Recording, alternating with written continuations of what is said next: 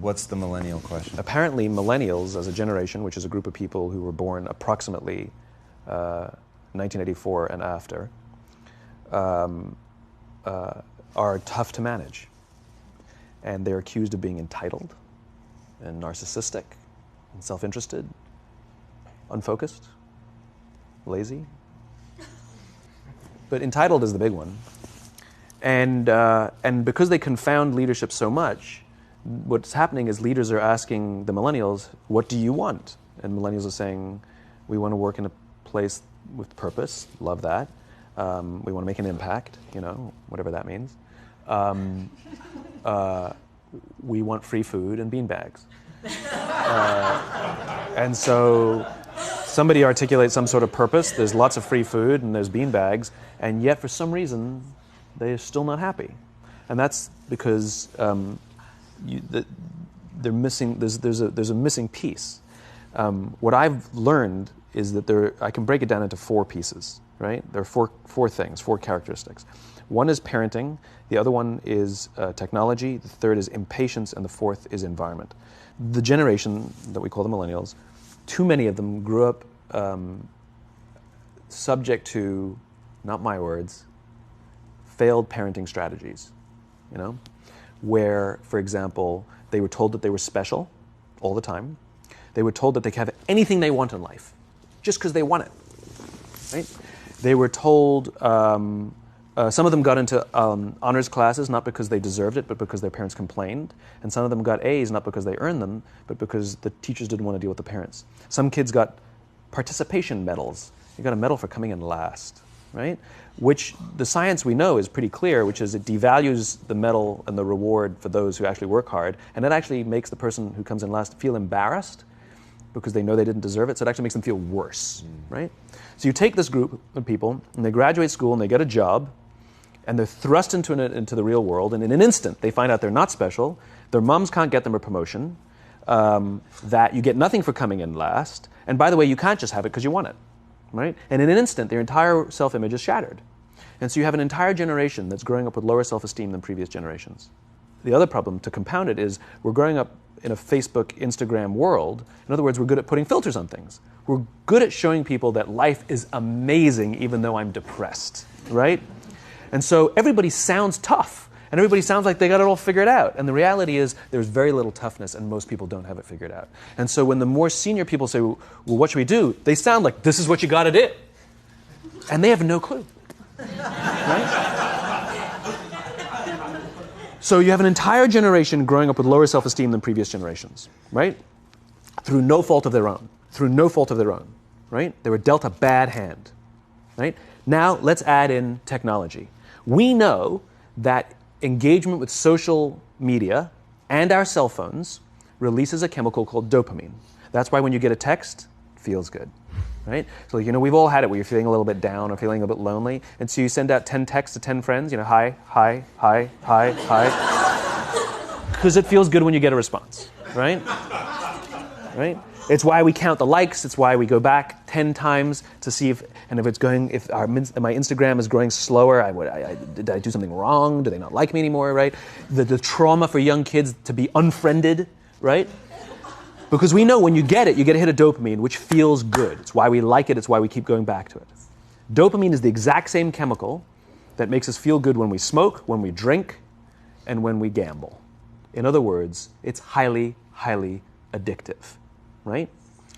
We have age restrictions on smoking, gambling, and alcohol, and we have no age restrictions on social media and cell phones, which is the equivalent of opening up the liquor cabinet and saying to our teenagers, hey, by the way, this adolescence thing, if it gets you down. But that's basically what's happening. That's basically what's happening, right? That's basically what happened. You have an entire generation that has access to an addictive, numbing chemical called dopamine through social media and cell phones as they're going through the high stress of adolescence. Why is this important? Almost every alcoholic discovered alcohol when they were teenagers. When we're very, very young, the only approval we need is the approval of our parents. And as we go through adolescence, we make this transition where we now need the approval of our peers. Very frustrating for our parents, very important for us. It allows us to acculturate outside of our immediate families into the broader tribe, right? It's a highly, highly stressful and anxious period of our lives, and we're supposed to learn to rely on our friends. Some people, quite by accident, discover alcohol and numbing effects of dopamine to help them cope with the stresses and anxieties of adolescence. Unfortunately, that becomes hardwired in their brains, and for the rest of their lives, when they suffer significant stress, they will not turn to a person, they will turn to the bottle.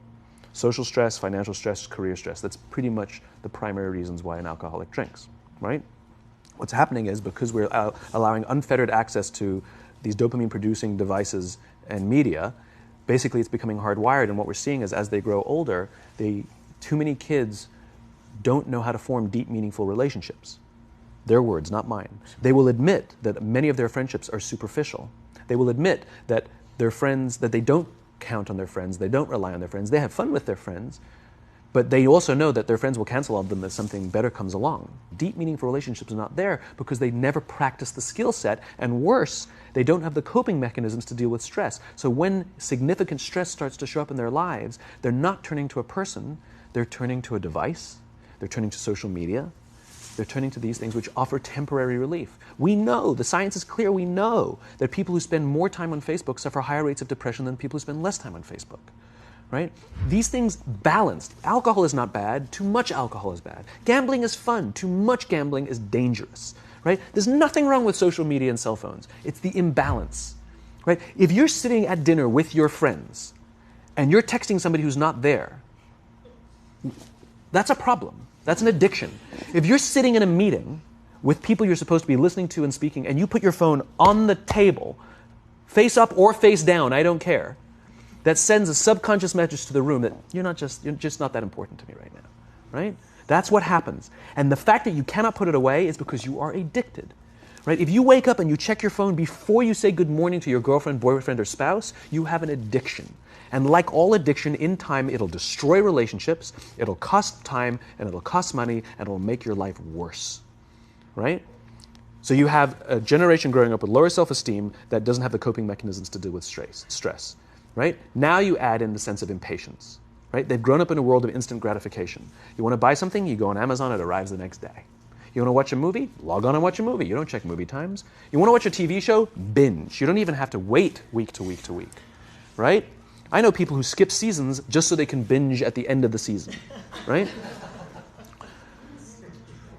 Instant gratification. You want to go on a date? You don't even have to learn how to be like, hey. You don't even have to learn and practice that skill. You don't have to be the uncomfortable one who says yes when you mean no and says no when you mean no, but yes when you... You don't have to swipe right. Bang, I'm a stud. Right? You don't have to learn the social coping mechanisms, right? Everything you want, you can have instantaneously. Everything you want, instant gratification. Except job satisfaction and strength of relationships, there ain't no app for that. They are slow, meandering, uncomfortable, messy processes. And so I keep meeting these wonderful, fantastic, idealistic, hardworking, smart kids. They've just graduated school. They're in their entry-level job. I sit down with them and I go, how's it going? They go, I think I'm going to quit. I'm like, why? They're like, I'm not making an impact. I'm like, you've been here 8 months. You know? It's as if they're standing at the foot of a mountain and they have this abstract concept called impact that they want to have in the world, which is the summit. What they don't see is the mountain. I don't care if you go up the mountain quickly or slowly, but there's still a mountain. And so what this young generation needs to learn is patience. That some things that really, really matter, like love, or job fulfillment, joy, love of life, self-confidence, a skill set, any of these things, all of these things take time. Sometimes you can expedite pieces of it, but the overall journey is arduous and long and difficult. And if you don't ask for help and learn that skill set, you will fall off the mountain, or you will, the worst case scenario, and we're already seeing it, the worst case scenario is we're seeing an increase in suicide rates, we're seeing an increase in this generation, we're seeing an increase in accidental deaths due to drug overdoses, we're seeing more and more kids drop out of school or take leaves of absence due to depression, unheard of. These are all, this is really bad.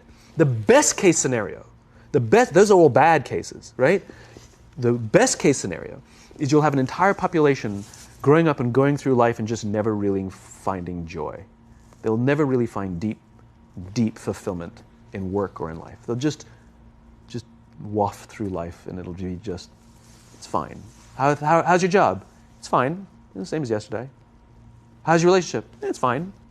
Like that's the best case scenario, which leads me to the fourth point, which is environment, which is we're taking this amazing group of young, fantastic kids who are just dealt a bad hand. It's no fault of their own.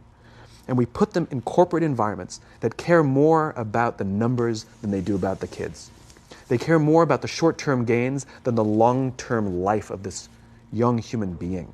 We care more about the year than the lifetime, right? And so we are putting them in corporate environments that aren't helping them build their confidence, that aren't helping them learn the skills of cooperation, that aren't helping them overcome the challenges of a digital world and finding more balance, that isn't helping them overcome the need to have instant gratification and teach them the joys and impact and the fulfillment you get from working hard on something for a long time that cannot be done in a month or even in a year. And so we're thrusting to them in corporate environments, and the worst part about it is they think it's them. They blame themselves. They think it's them who can't deal.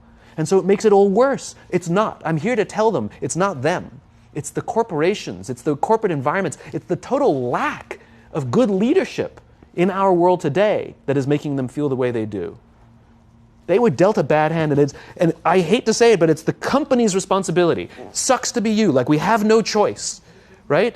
This is what we got, and I wish that society and their parents did a better job. They didn't. So we're getting them in our companies, and we now have to pick up the slack. We have to work extra hard to figure out the ways that we build their confidence. We have to work extra hard to find ways to teach them the social skills that they're missing out on.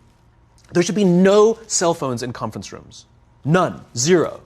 And I don't mean the kind of like sitting outside waiting to text. I mean like when you're sitting and waiting for a meeting to start, this is what we all do. We all sit here and wait for the meeting to start. Meeting starting? Okay. And we start the meeting. No, that's not how relationships are formed. Remember we talked about it's the little things? Relationships are formed this way. We're waiting for a meeting to start and we go, how's your dad? I heard he was in the hospital. Oh, he's really good. Thanks for asking. He's actually at home now. Oh, I'm really glad. It was really amazing. I know, it was really scary for a while. That's how you form relationships.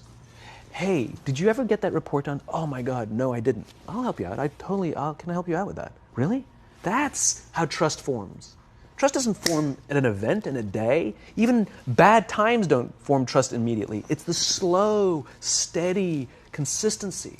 And we have to create mechanisms where we allow for those little innocuous interactions to happen. But when we allow cell phones in conference rooms, we just, okay, have the meeting. And then my favorite is like when there's a cell phone there and you go like this, you go. It rings and you go. I'm not going to answer that. Like, Mr. Magnanimous, you know? When you're out for dinner with your friends, like, I do this with my friends. When we're going out for dinner and we're leaving together, we'll leave our cell phones at home.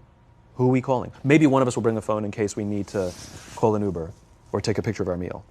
That goes without saying, come on. I'm an idealist, but I'm not insane. You know? Not a heathen. I mean, it looked really good. We'll take one phone. And so it's like an alcoholic. The reason you take the alcohol out of the house is because we cannot trust our willpower. We're just not strong enough. But when you remove the temptation, it actually makes it a lot easier. And so when you just say, don't check your phone, people literally will go like this. And somebody will go to the bathroom, and what's the first thing we do? Grab the phone. Because I wouldn't want to look around the restaurant for a minute and a half, you know? But if you don't have the phone, you just kind of enjoy the world. And that's where ideas happen. The constant engagement is not where you have innovation and ideas. Ideas happen when our minds wander and we go, and you see something, I bet they could do that. That's called innovation, right? But we're taking away all those little moments, right? You should not, and none of us should charge our phones by our beds. We should be charging our phones in the living rooms, right? Remove the temptation. You wake up in the middle of the night because you can't sleep, you won't check your phone, which makes it worse. But if it's in the living room, it's relaxed, it's fine. But it's my alarm clock. buy an alarm clock. They cost $8, right? I'll buy you an alarm.